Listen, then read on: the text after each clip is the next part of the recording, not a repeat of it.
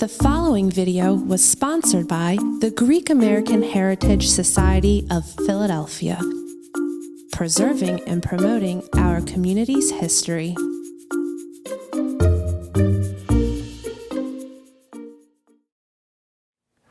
Greeks and diners, they're synonymous. Our guest today was the owner of the Arrow restaurant in Upper Darby, arguably one of the greatest or best restaurants in our community. It lasted for more than a quarter century.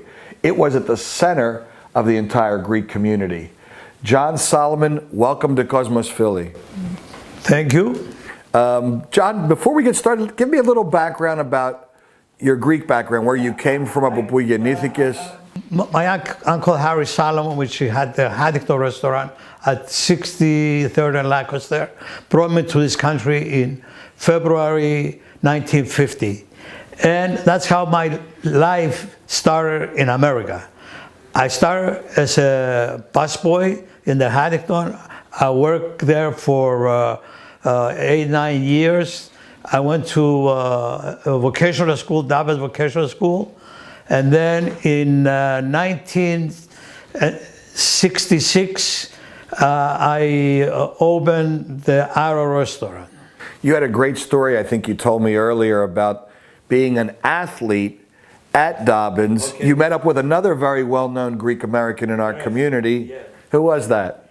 When I was in Dobbins, they didn't have a soccer team, Podosfero, and we started with about 9 out of the 11 players. They were refugees from the Second World War, from Germany, Czechoslovakia, and I think. On the second game that we played against Central High School, I was the captain of the Dobbins soccer team. And we went there. On the introduction, the referee says, John Solomon, meet John Gondudis. I says to him, Elinas? He says, yeah. And where are you from? Chios. And John Gondudis is the one that founded Jack's Cabaret. Yes, yes. Well, tell us a little bit more now about your life beyond high school. You also served in the military. Yes. I served in the 361st General Hospital. We were actually Dr. Avram Mihailidis was the captain in the group. It was all doctors. It was a 361st evacuation hospital during the Second World War out of Japan. And Dr. Avram Mihailidis and another person, Jerry Griagados, we went there and we spent 6 years in the reserves. I went to Fort Knox, Kentucky for training. I graduated from the cooking school over there. And then I became a mess sergeant for the 361st General Hospital. That must have been a lot of work. Yes. Is that where you built your perseverance, your ability to maintain large crowds? Not only that, but see, God put you on this earth to do something. And I would, let's say, my story begins there, why I stayed in the restaurants. And later on, you're going to see why. You're guided by somebody, by a supreme. And that's how my life story, everything is guided by somebody above me. So that was a critical point in your life, working there in the military and getting your training. Take us forward now after the military. You came back to the community. Yeah. It was, what time frame are we talking about first? I came back to the community in I started the service in 1959 and I finished it in 1964, 65. And what happened, at that time, my Uncle Harry opened up another restaurant on Garrett Road, the Garrett Restaurant. And I was working, I went back to Cyprus in 1959, and I came back in 1960, where I met my wife. In Cyprus or here in the state? So you met your wife back from the same village. same village. You went back and did the traditional thing and brought back a wife. I brought her here, and we got married at St. George, 8th and Spruce. 8th and Spruce. Right. Where did you settle? In the Upper Darby, Delaware County area? Or? I settled what was almost the Greek town at Windermere Street, 879 Windermere. 879. It was an apartment house next to the greatest woman. She was a Cephalonian, you know, Kyria Berdiki. And thanks to her, she took care of my wife, you know. You raised 2 children through the community. Yeah. Were you a member of St. Luke's, St. Demetrius? No. I was a member of St. Demetrius. St. Demetrius. So that was the time when the 2 churches out here in Delaware County. In Rose Street. Yeah, and they were kind of coming to prominence. They were being established and built, and you were a member there. Right. Greektown was establishing. Everybody was migrating west. Right. Tell us what happened next. Then I met Anastasios Pegaris. He was from Greece. Inadvertently, again, it's God work. I was looking for a job after I came from Cyprus, and they had listed in the newspaper the Mainliner restaurant. But I went to the Mainline restaurant in Ardmore, and my late partner, he was there, and that's how we met. And the next few years, he worked for the Garo restaurant. Also, he worked for the Falcon House, you know. And that's how, in 1966, we decided to be partners. What happened? Where were you sitting when that happened? We were sitting in a parking lot on Victoria Avenue, Sitco. It was the gas station there. That's just down the street from the 69th Street Terminal. Right, across where the 69th Street movie is. There's a Sitco, I don't know if it still exists. No, it's a shopping center now, you know. And we saw the sign going off and on, down. And he says to me, why don't we go and offer, see what this, it was for sale. And before that, it was called Verdi's actually.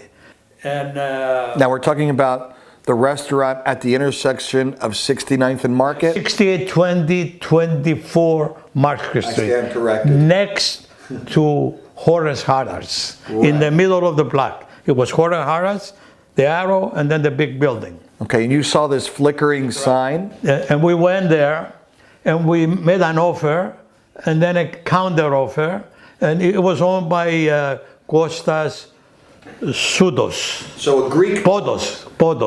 A Greek owned it. A Greek owned it at the time? Yeah, with Zarvalas. Zarvalas is the one that established the real pizza all along the areas there. And Mr. Kostas Podos went to Chicago.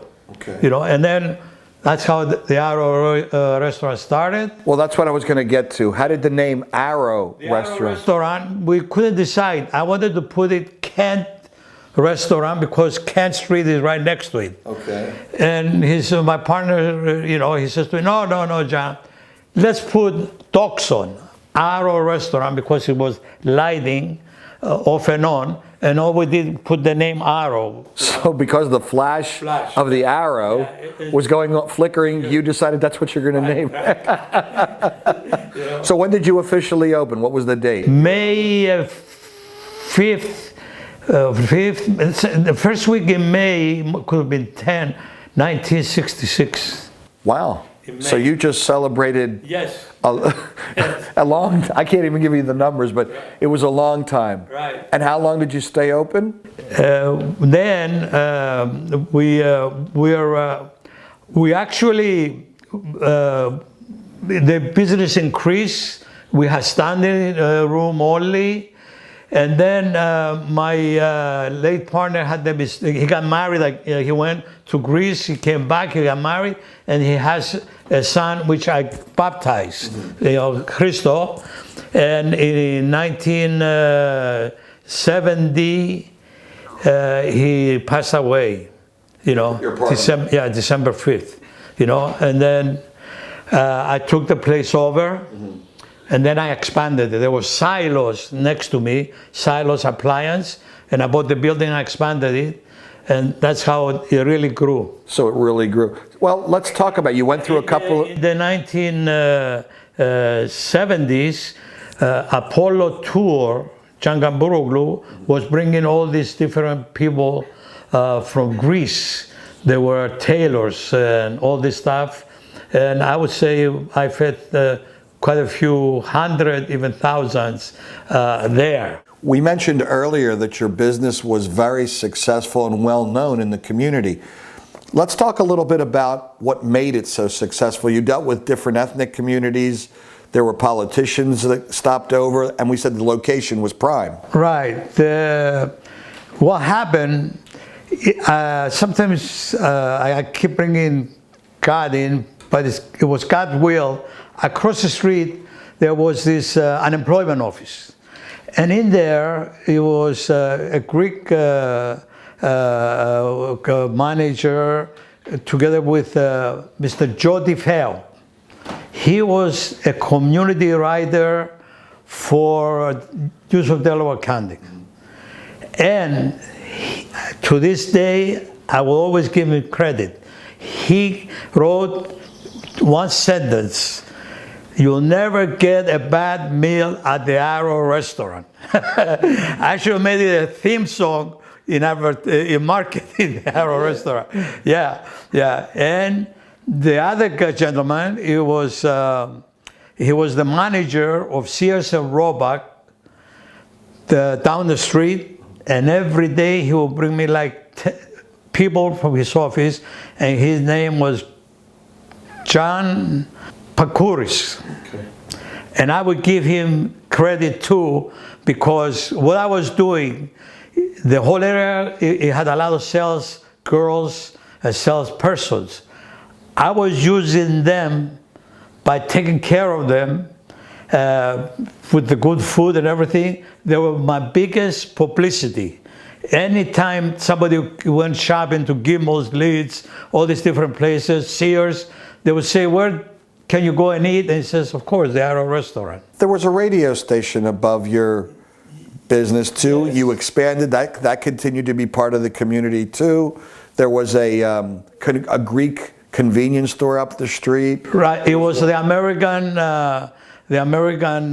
supermarket, and it was owned by Vasiliadis. Yeah. And his father worked for me as a dishwasher. For 7 years, he never missed one day. And on a snowy day that was 18 inches, he came knocking in the back. He lived next to San Dimitrios. And I get a call from his son, and he says to me, "Pop is over here." He said, "Why you didn't open up for business?" And I says to him, "Tell Pop to open it up, and whatever he makes, it's his." So you had a relationship with everyone in the community. You had all these businesses. You had the 69th Street Terminal traffic that was there, popular shopping district, like we said, Lip Brothers, Sears, Gimbel's, Marianne's. They're just endless. The Tower Theater, a couple of bars. Right. It was all there for you, and you continued to expand. Yeah. What was going on inside with the food? Let's talk about the food. What I did, I was using really fresh seafood. What I did, I had like an American menu.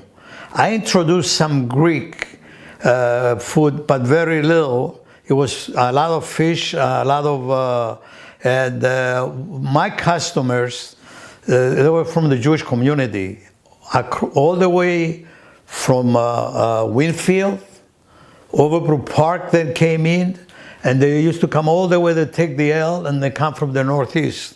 Wow. You know, and of course, I took care of them. I became involved with their community too. I sponsor a little league baseball team that they would call the ROAs, you know, and then I, like I said, and then I would I would take care of some of my people from West Philly later on.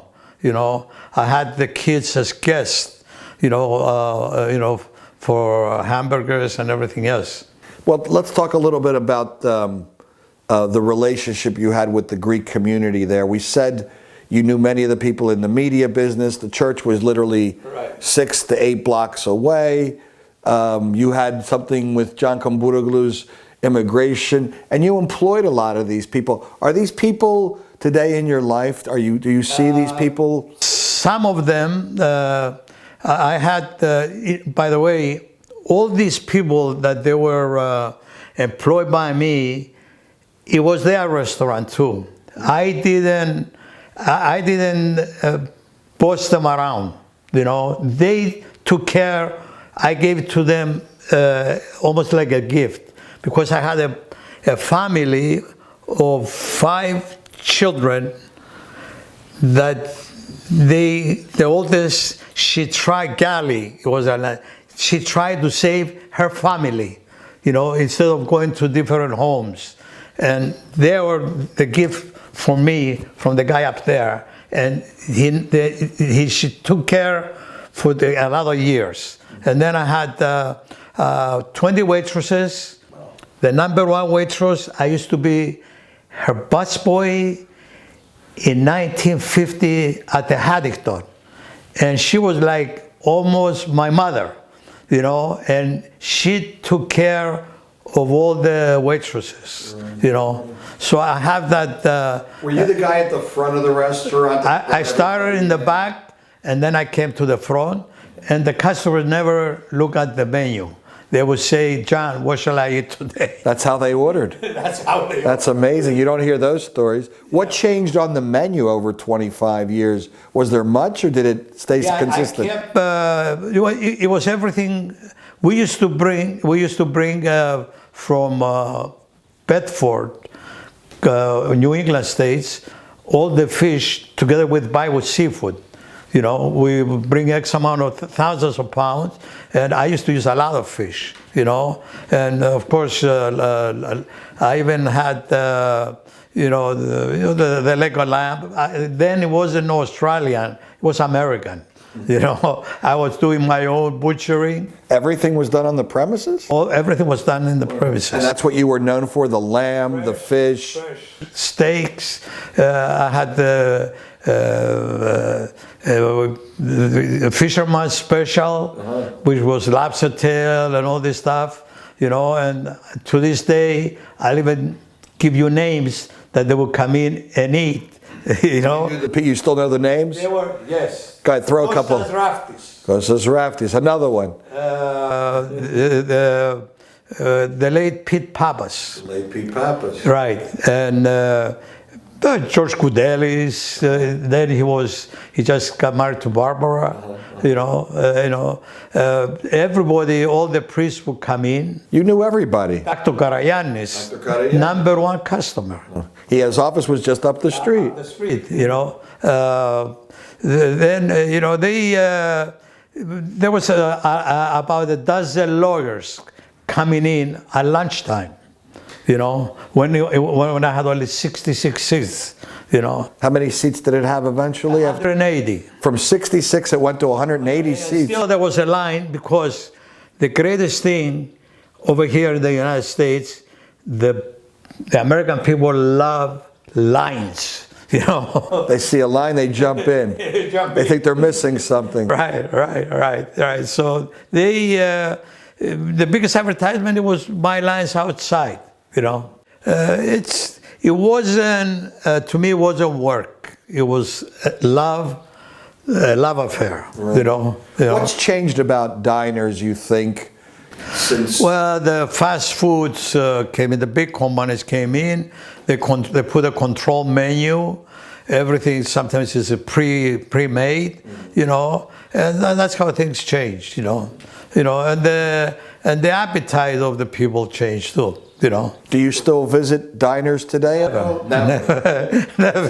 Even when I live in California now, I think I haven't eaten out yet. I might took one item out. I love to cook. I live in the yard, and I cook. I do different things. Well, I know you love to cook because you're famous at all the Greek festivals too. Right. If they don't have you there, they want you there. Well, what's the obsession? Why so much? Again, I give it to the guy upstairs. For me, to live this long and go through different medical problems, the first one that I really took care, it was St. Luke.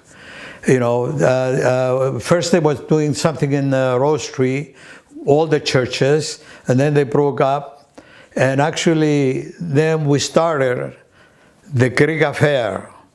And I put I cooked everything at the Arrow restaurant for the first 5 years. Wow. Because the Greek, St. Luke, where the community center, it was the church.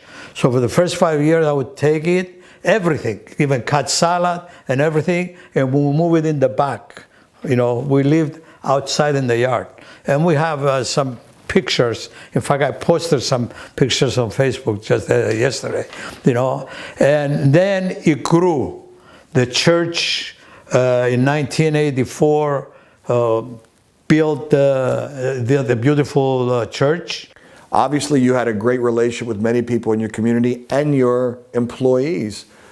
The pay, the relationship a little bit further, can we talk about that? You knew so many people, you said. What was it like for you to take care of these people that were also taking care of you? Yeah, well, there are some families that they needed the help. In fact, some of these families, their children, they work in the restaurant, and during the summertime, I would give the senior waitresses off, and they would take over. And I mean, quite a few of them graduated from Drexel and Temple University, you know, and they always, in fact, the other day I was on the St. Demetrius Festival, and the big welcome, it was Kiki Karamitopoulos Ferfelis. She worked for me when she was 15, 16 years old. The same thing with Kathy, her father, it was the Psalti at St. Luke Church. And if you meet these people, they were the front of the Arrow restaurant, you know. And I was gifted with that kind of help, you know. And then I was working for the community, a Cypriot being a Macedonian. I belong to the Macedonian group. So John, people today might wonder, what happened to the Arrow restaurant? You were very successful. What exactly took place? In January 1983, it was a snowy day coming up. And I says to my worker, take off, because I don't think I'm gonna go there, but I'm not gonna open up. And it just happened, it was my unlucky day. That's why I call January 19 my unlucky day. Somehow there was a fire started in the middle. There was 3 different buildings in the middle. One of my workers actually put a cigarette on a bag of sugar and it ignited. And that's how the restaurant, it became a 7-alarm restaurant, and it was total. And after X amount of months, I brought it up, and it's there now. That's what you see there. I sold it in 2001 to a Chinese born in Cambodia, you know, and then he rented it to whoever is there now. I think it's an Indian place now. So in 1983, the accident, the fire happened, but you reopened it. In 1984. In 84, you kept it going till 2001. 2001. I sold it. I went out of business. I went away from it to 9/11/2001. Wow. I was the first airplane to leave Philadelphia to go to Cyprus. We decided, since I'm not in business, we were going to visit Cyprus. We're the first plane, British Airways, to go to Heathrow. And then from Heathrow, it was my return to Cyprus, you know. And of course, my village was taken. I was living in suburbs of Nicosia. What happened in '83, do you think that was symbolic of the change of the neighborhood as well? Because everything after the late '80s changed in Upper Darby. The Greek community said, we've been here for a generation, we're starting to move out. The first thing that opened up, it was it was Overbrook Park. It changed, and that was more than 50% of my customers. Then Winfield, then the church was at 59th and Larchwood. That neighborhood, that was the Greek neighborhood area, that changed, and then it kept moving more west. And then the shopping areas opened up. Balakin was the number one, City Line Center, Springfield Shopping Center, and the last one, Granada Mall. Did you see this all coming? Yes. Right after the fire too? Did you say this was No, it? I didn't see it coming. You didn't see I saw it. it coming. You wouldn't have reopened.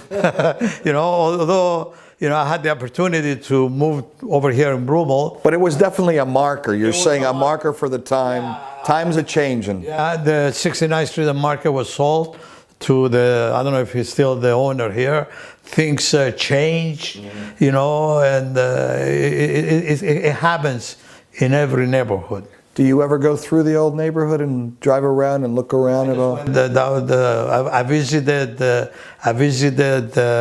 Sandy Beach. By the way, I didn't win yesterday. I thought I was going to win. You know, I got a ticket, you know. But the thing that I was on jury duty, and everything was happening in the back alley.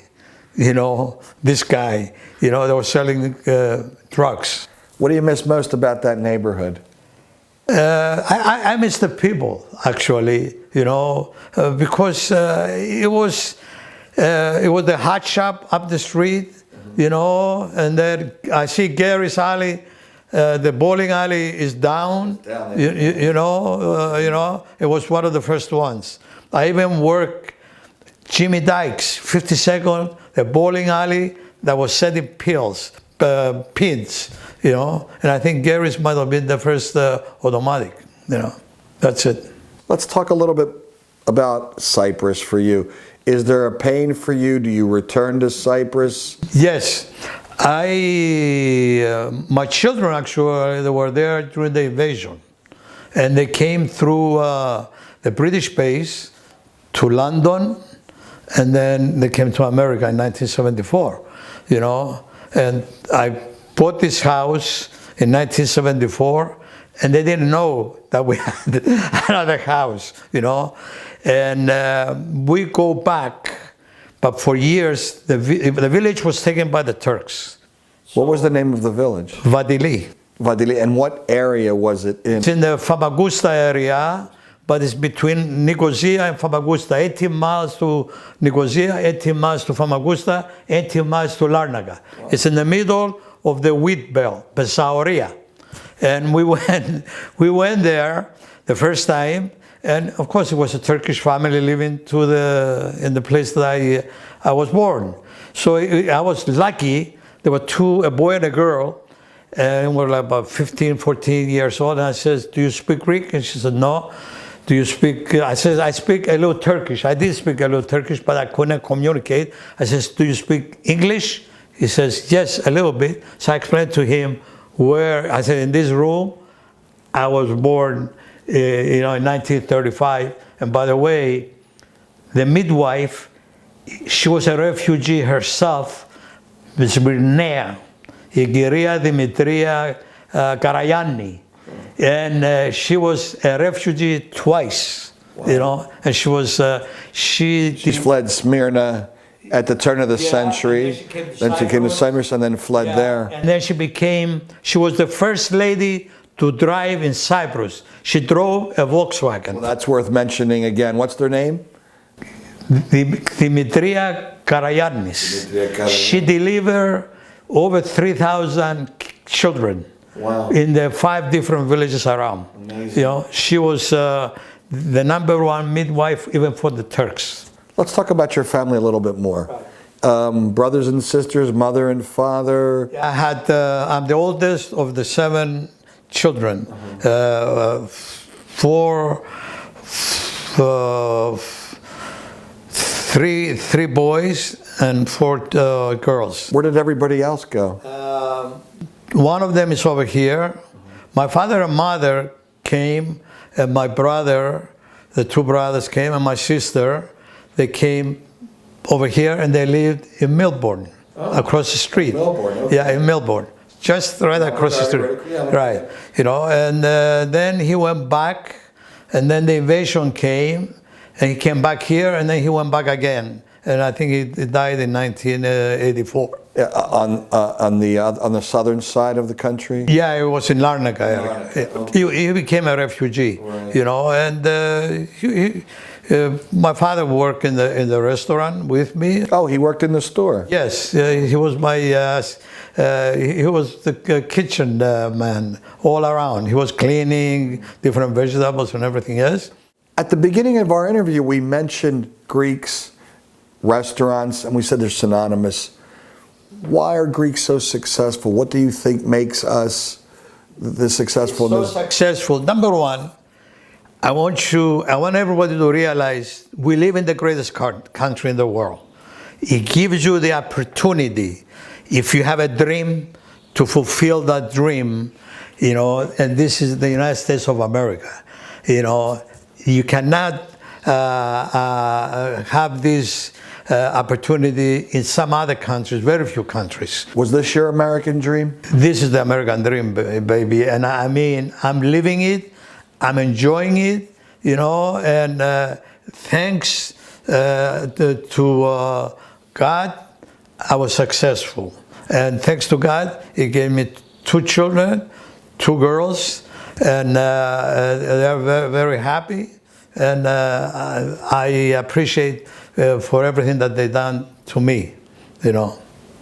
John Soloman, owner of the Darrow Restaurant, one of the most historic restaurants in our community. I thank you. Cosmos Philly thanks you. We wish you nothing but the best of luck in our future endeavors. We hope to see you real soon. Congratulations and thank you. I'll be back in September when I do the Greek Affair.